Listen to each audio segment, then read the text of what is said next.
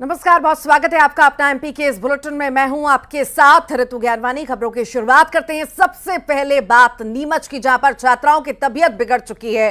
Food poisoning की आशंका जताई जा रही है। खाना खाने के बाद छात्राओं की तबीयत बिगड़ी। कन्या छात्रावास में एक साथ कई छात्राएं जो हैं बीमार हो गई। सभी को इलाज के लिए जिला अस्पताल लाया गया। जिला अस्पताल की हम बात करें, जहां पर मरीजों को भर्ती कराया गया है। फूड पॉइजनिंग की आशंका जताई जा रही है। मौके पर एसडीएम ममता खेड़े ने पहुंचकर जांच पड़ताल की है। छात्राओं की तबीयत बिगड़ी है। फूड पॉइजनिंग का ये पूरा मामला बताया जा रहा है। नीमच की हम बात कर रहे हैं। ज्यादा जानकारी के लिए विश्वदेव हमारे साथ जुड़ गए। विश्वदेव, छात्राओं की तबीयत बिगड़ी है, फूड पॉइजनिंग की आशंका, क्या ज्यादा जानकारी? यह मामला नीमच सिटी स्थित कोठी स्कूल है, कन्या छात्र स्कूल। यहाँ ग्रामीण छात्र की पढ़ती थी और सुबह के समय उन्होंने भोजन के बाद वो जब स्कूल में आए हैं तो उस समय उनके पेट दर्द और ये सारी शिकायतें हुई, तो तुरंत आचार्य ने इन सबको सरकारी अस्पताल पहुंचाया है। इस मामले की गंभीरता को देखते हुए जिला शिक्षा अधिकारी खुद मौके पे पहुंचे हैं और एसडीएम ने पूरा मामला अपने हाथों में लेकर इधर फूड पॉइजनिंग का जो ठेकेदार है उसको कार्रवाई के जांच के आदेश दिए हैं। करीब 8 लड़कियों की हालत सीरियस थी, बाकी छात्राएं नॉर्मल हैं। ठीक, बहुत बहुत शुक्रिया विश्वदेव। रीवा में बड़ा हादसा हुआ है। हादसे में 2 लोगों की मौत हुई है।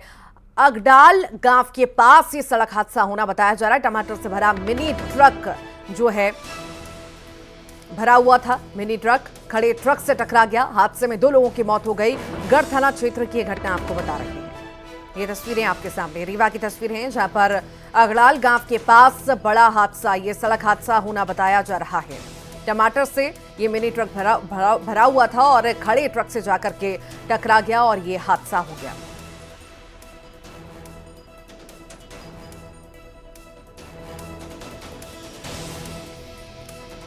ज्यादा जानकारी के लिए शिवेंद्र बघेल हमारे साथ जुड़ गए। शिवेंद्र, बड़ा हादसा, किन्हीं लापरवाहियों की वजह से हादसा होना बताया जा रहा है और क्या स्थिति? देखिए, मैं आपको बता दूं, ये तेज रफ्तार वाहन था जिसमें टमाटर लोड था और ये तेज रफ्तार वाहन एक सड़क किनारे जो बस जो ट्रक खड़ा हुआ था उससे जाके भिड़ा है। इस हादसे में जो मिनी ट्रक सवार जो चालक था वो खलासी था, उनकी घटनास्थल पर ही मौत हो गई है। मौत की सूचना पर गढ़ थाना पुलिस मौके पर पहुंची और पंचनामा कार्रवाई करके बाद सबको पीएम के लिए भेज दिया है गजरू में और उन सबका पीएम होने के बाद जो बॉडी है परिजनों को सौंप दी गई है। पूरे मामले की जांच शुरू हो गई है और हादसे की वजह तेज रफ्तार पिकअप वाहन था जो कि सड़क किनारे खड़े ट्रक से टकराया हुआ है। जी ठीक, बहुत बहुत शुक्रिया जानकारी को साझा करने के लिए शिवेंद्र।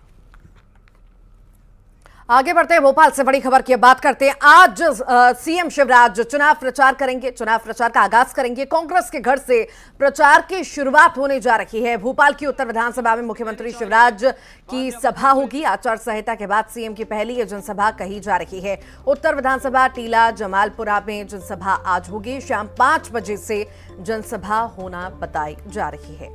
टीला जमालपुरा में सीएम की जनसभा होगी।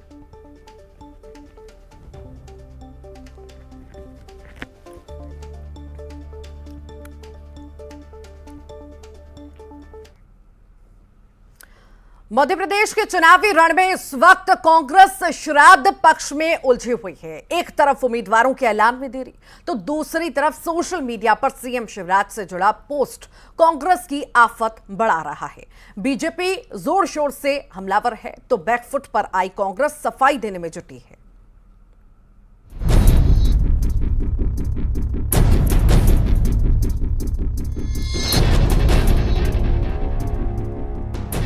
सोशल मीडिया पर तेजी से वायरल होते इस पोस्ट ने एमपी का सियासी पारा बढ़ा दिया है। विद कांग्रेस नाम के ट्विटर हैंडल से जैसे ही ये ट्वीट हुआ, विरोध शुरू होने के साथ क्रोध भी बढ़ गया। सबसे पहले सामने आए खुद सीएम शिवराज सिंह चौहान के बेटे कार्तिकेय सिंह चौहान, जिन्होंने ट्वीट के जरिए ही इस पोस्ट पर अपना गुस्सा जाहिर किया और विरोधियों को निशाने पर लिया। कार्तिकेय ने लिखा, कि समझ नहीं आ रहा कि आप पर दया करूं या गुस्सा। गुस्से में तो हूं, आखिर मेरे जीवित पिता के श्राद्ध की बात आप कर रहे हैं। मुझे तरस भी आप लोगों पर आता है कि कितने नीचे कांग्रेसी आज गिर चुके हैं। क्या आपको लगता है कि इसके लिए ईश्वर आपको माफ करेगा? चुनाव तो 4 दिन के हैं। ऐसी घटिया हरकत के बाद क्या आप लोग अपने बच्चों से आंख मिला पाएंगे?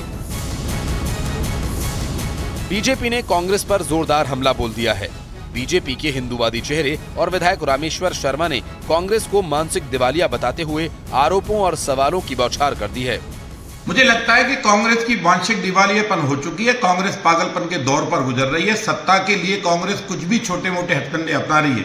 क्या कांग्रेस के नेता ये भूल गए? क्या लोकतंत्र की परिभाषा में ये सब ठीक है? एक मध्य प्रदेश का जननायक, बेटियों का और बहनों का भाई और मामा और किसानों और मजदूरों का हितैषी और 8 करोड़ जनता का जननायक माननीय मुख्यमंत्री शिवराज सिंह चौहान को मामा का श्राद्ध कह रहे हैं? क्या हिंदू धर्म के तीर्थ स्थलों पर जाना मामा का श्राद्ध हो गया? उधर सफाई देने में जुटी कांग्रेस इंटेलिजेंस एजेंसी के जरिए सच का पता लगाने की मांग कर रही है। कांग्रेस के मुताबिक उनका विरोध शिवराज सरकार की जन विरोधी नीतियों से है, व्यक्ति से नहीं। प्रिय कार्तिकेय चौहान जी, आप जो ये इल्जाम लगा रहे हैं कि कांग्रेस पार्टी ने माननीय मुख्यमंत्री जी के श्राद्ध का कोई पोस्ट किया है, ये सरासर गलत है। मैं ईश्वर से कामना करता हूं कि माननीय मुख्यमंत्री जी, आपके पिताजी की खूब लंबी उम्र हो। हमारा राजनीतिक विरोध है, सिद्धांतिक विरोध है। इसका मतलब ये नहीं है कि उनके बारे में इस तरह की बात कहें। आप जरा ढंग से पता कराइए, थोड़ा बहुत इंटेलिजेंस आपके पास होगा। भारतीय जनता पार्टी के अंदर बहुत से दुश्मन शिवराज सिंह चौहान जी के बैठे हुए हैं, उन्होंने ही ये शरारत की है। हालांकि अब इस विवादित ट्वीट को सोशल साइट से हटा दिया गया है, लेकिन चिंगारी ने आग का रूप धारण कर लिया है, जिसका धुआं चुनावी फिजा में फैल चुका है। अब देखना यह है कि बैठे बिठाए हाथ आए इस मुद्दे को बीजेपी कितना और कब तक भुनाएगी। वहीं घेरे में आई कांग्रेस क्या तोड़ निकालेगी? Bureau report, news 18। With Congress Twitter handle के ट्वीट पर सीएम शिवराज ने पलटवार किया है। ट्वीट में शिवराज सिंह ने कहा, सनातन धर्म को सदैव अपशब्द कहने वाली कांग्रेस से भला उम्मीद भी क्या की जा सकती है। सत्ता की भूखी कांग्रेस को अगर श्राद्ध करना ही है तो अपनी कुंठित सोच और कुसंस्कारों का करें। श्राद्ध हिंदू और अन्य भारतीय धर्मों में किया जाने वाला एक कर्म है जो पितरों के प्रति श्रद्धा और कृतज्ञता अभिव्यक्त करने और उन्हें याद करने के निमित्त किया जाता है। कांग्रेस पार्टी धर्म और कर्म को लेकर निरंतर जो पाप कर रही है, उससे साफ है कि इनका मानसिक संतुलन ठीक नहीं है। हे प्रभु, आप इन कांग्रेसियों को सद्बुद्धि दीजिएगा।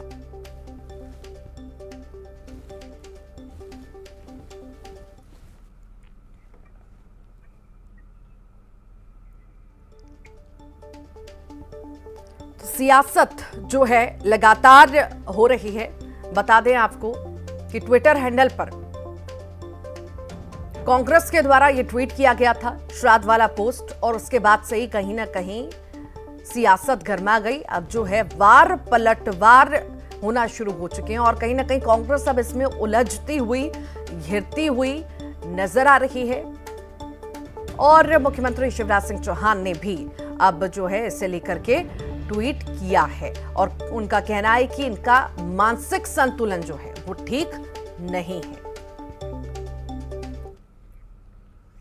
विद कांग्रेस नाम के ट्विटर हैंडल पर सीएम शिवराज के श्राद्ध वाली पोस्ट पर सियासी घमासान मचा हुआ है। बीजेपी इस पर हमलावर है। कांग्रेस के कई नेता इस पर सफाई दे चुके हैं। अब पूर्व सीएम कमलनाथ ने भी इस पर ट्वीट किया। कमलनाथ ने कहा, प्रिय शिवराज जी, ईश्वर आपको दीर्घायु दे। मेरी समझ में ये नहीं आता कि आपको हर चीज के पीछे कांग्रेस पार्टी ही क्यों नजर आती है। कांग्रेस पार्टी की ओर से वैसा कोई भी ट्वीट नहीं किया गया जैसा कि आप जिक्र कर रहे हैं। अगर आपको वाकई लगता है कि आपके खिलाफ किसी ने ट्वीट किया है तो आप उसके खिलाफ कानूनी कार्रवाई करिए। बिना किसी तथ्य के कांग्रेस पार्टी पर आरोप लगाना राजनीति का निचला स्तर है।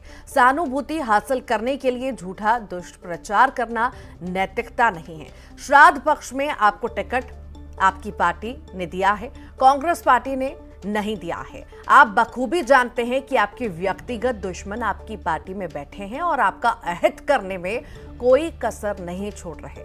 दूसरों पर झूठे आरोप लगाने से अच्छा है अपनी पार्टी में अनुशासन स्थापित करें। ईश्वर आपको स्वस्थ और दीर्घायु जीवन प्रदान करें।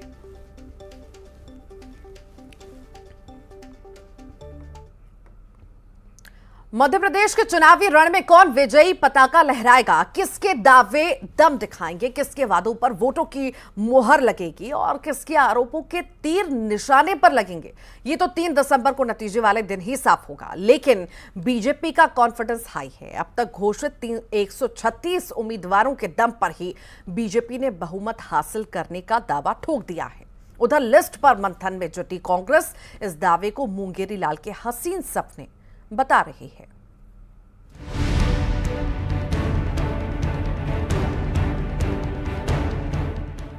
मध्य प्रदेश में चुनावी बिगुल बजने के साथ ही बयानों के तीर तीखे और प्रचार का शोर तेज हो गया है।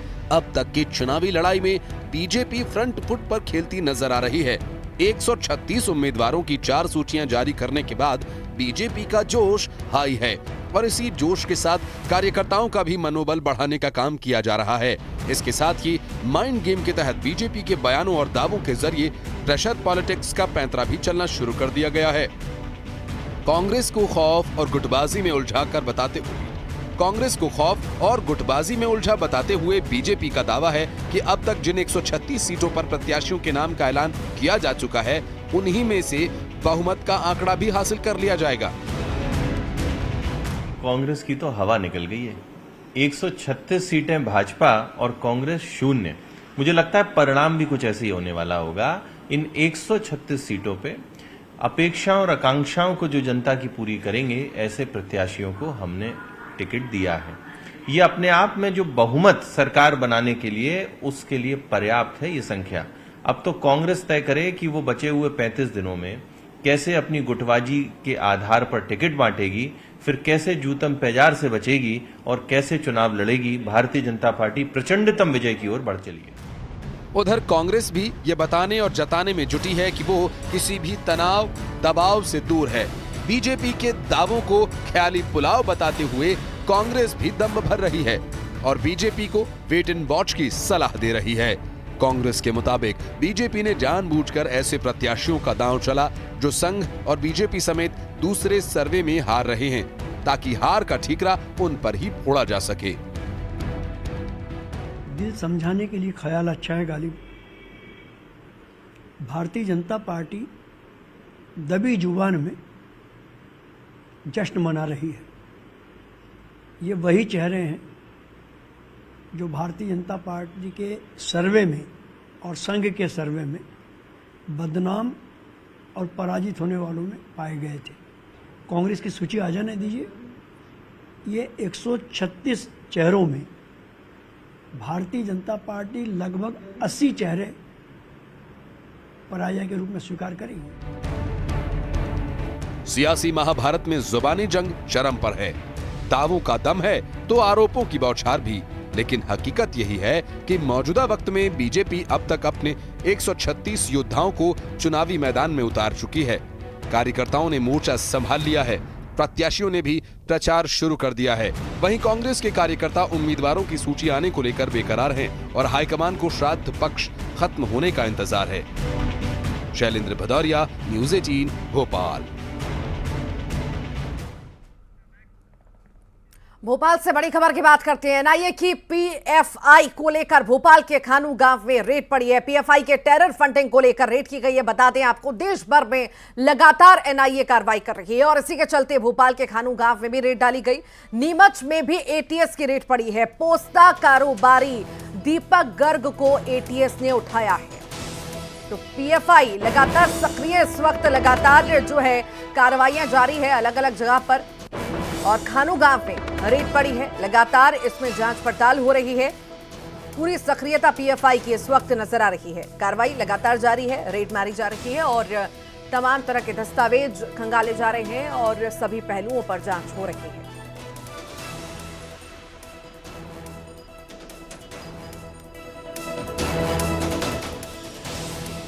एनआईए की टीम ने राजधानी भोपाल सहित देश भर के 6 राज्यों में अलग अलग हिस्सों में कार्रवाई को अंजाम दिया गया। इन पर सब पर टेरर फंडिंग को लेकर ये पूरी कार्रवाई अंजाम दी गई है। राजधानी भोपाल के जिस खानू गांव में से जो रेड की गई है उसी इलाके में मौजूद हूँ। आप देख सकते हैं कि ये तंग गली है और यहाँ से गुजरते हुए जब आप अंदर आएंगे तो एक जो घर है इस पर जो है वो एटीएस की टीम ने रेड की थी और बताया जा रहा है कि इसमें एक मौलाना जो है वो लगभग 4 से 5 साल पहले से यहाँ रह रहे थे और बच्चों को स्कूल में और कोचिंग पढ़ाने का वो काम करते हैं और स्थानीय लोगों की माने तो वो अभी तक उनके बारे में जानकारी लगी कि ज़्यादा लोग उनके यहाँ आते जाते नहीं थे। हालांकि वो अक्सर कहीं बाहर जाया करते थे और कई दिनों तक वो बाहर रहते थे और उसके बाद यहाँ आया करते थे। तो ऐसे में ये साफ तौर पर ये देखा जा सकता है कि कितने लो प्रोफाइल तरीके से वो यहाँ पर रह रहे थे ताकि किसी तरह की कोई जो पहचान है वो लोग उनकी ना कर सके। लेकिन एटीएस की टीम ने इनसे कई घंटों की पूछताछ की है, कुछ अहम दस्तावेज भी उन्होंने खंगाले हैं और ऐसे में अब जब जांच पूरी होगी उसके बाद ही पता लगाया जा सकेगा कि आखिर किस तरह की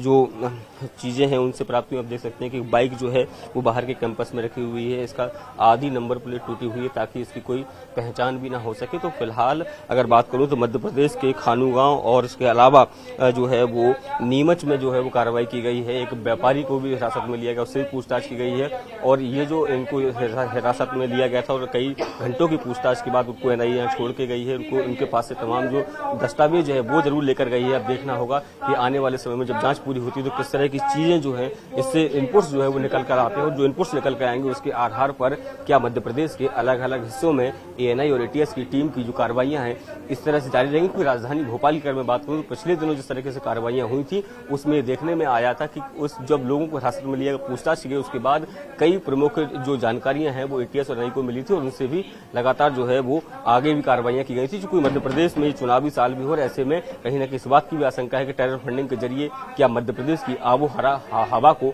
खराब करने का प्रयास जो है वो किया जा रहा था। ये सारी जानकारियां जो है वो एटीएस की जांच पूरी होने के बाद ही पता लग पाएंगे। कैमरामैन खिलान सिंह के साथ शैलेंद्र सिंह, न्यूज 18 भोपाल।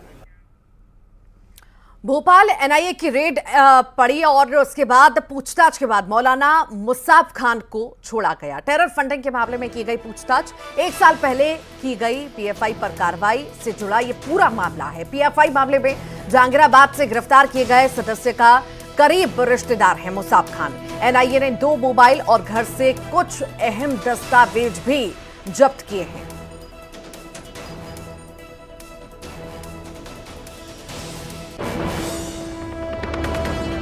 से जुड़ा मामला है ये और मैं समझता हूं कि सुरक्षा की बात है तो थोड़ा और खोले और उनकी ओर से ही ये विषय आने दें। ग्वालियर की बात करेंगे जहां पर चिड़ियाघर से एक बार फिर से दुखद खबर आई है, जहां सफेद शेरनी मीरा के एक और मादा शावक की मौत हो गई। 5 महीने के सफेद मादा शावक बीते 1 सप्ताह से बीमार थी। उसकी किडनी और फेफड़ों ने काम करना बंद कर दिया था, जिसके चलते उसे ऑक्सीजन पर रखा गया था, लेकिन बुधवार दोपहर उसने दम तोड़ दिया। चिड़ियाघर और वन विभाग ने विशेषज्ञ डॉक्टरों से शावक का पोस्टमार्टम कराया और चिड़ियाघर में अंतिम संस्कार कर दिया।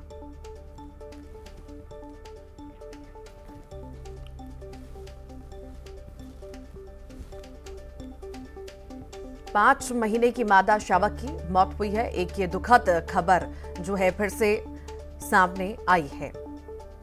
फेफड़े खराब और किडनी फेल होने की वजह से मौत होना बताई जा रही है। 1 सप्ताह से बीमार लगातार मादा शावक चल रही थी।